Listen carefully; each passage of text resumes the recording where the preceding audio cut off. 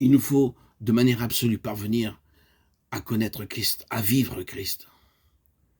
Et cela ne peut se faire que par la nouvelle naissance. Ici, nous touchons quelque chose d'absolument vital, quoique élémentaire. Par la nouvelle naissance, l'Esprit Saint nous fera connaître Christ. Et il le fera par l'intérieur. Il agira du dedans de nous. Et il n'y a qu'un espoir pour nous d'arriver à la gloire. Et c'est un chemin sûr. C'est Christ en vous. Ici, nous postulons la nécessité absolue de la nouvelle naissance. Qu'est-ce que la nouvelle naissance, somme toute? C'est par la foi recevoir dans le cœur Christ, c'est-à-dire la vie. Non pas la vie en tant qu'abstraction, mais la vie qui est indissolublement liée à la personne. Il ne peut pas en être autrement puisque le Saint-Esprit est une personne. Il est l'Esprit de Christ et il est l'Esprit de vie. Aucune relation avec Christ n'est possible en dehors de l'habitation intérieure du Saint-Esprit. Si quelqu'un n'a pas l'Esprit de Christ, il ne lui appartient pas. Romains 8, 9. Ainsi Christ, le Saint-Esprit et la vie éternelle sont un, en tant qu'ils sont tous les trois la base de notre relation avec Dieu. Christ est l'objectif et la réalité centrale. Le Saint-Esprit est le divin agent. La vie éternelle est le fondement de nos rapports avec Dieu. Quels que soient les termes que nous employons, nouvelle naissance, né de nouveau, ou né d'en haut, régénération, né de Dieu, la signification reste la même. Nous recevons en Christ, par le Saint-Esprit, la vie de celui qui est à la droite de Dieu. Le processus de conformation à son image reste lettre morte jusqu'au moment où cette vie est déposée en nous. De même que la vie qui se manifeste chez un nouveau-né porte en germe tous les éléments, toutes les possibilités, tout le potentiel de l'homme fait, de même à la nouvelle naissance, la vie de son esprit que nous recevons alors contient en germe tout ce que représente Christ amené à la perfection.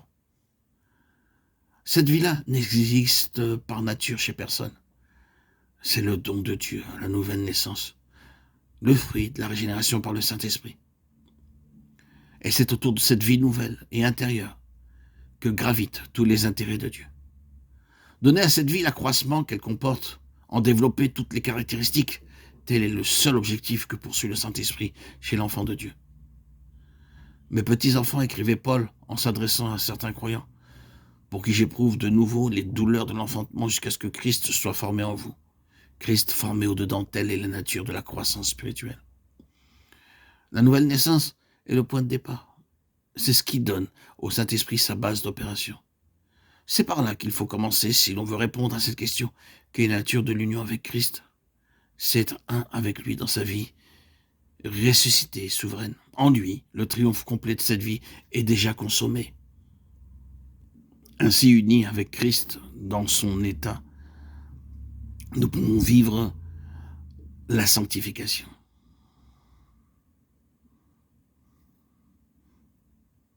La sanctification qui est premièrement un acte, l'acte de se donner à Dieu sans partage. Et la sanctification, en second lieu, est quelque chose de progressif. C'est le processus par lequel toutes les perfections morales de son humanité glorifiée se frayent un chemin de par l'action de Dieu dans la vie du croyant.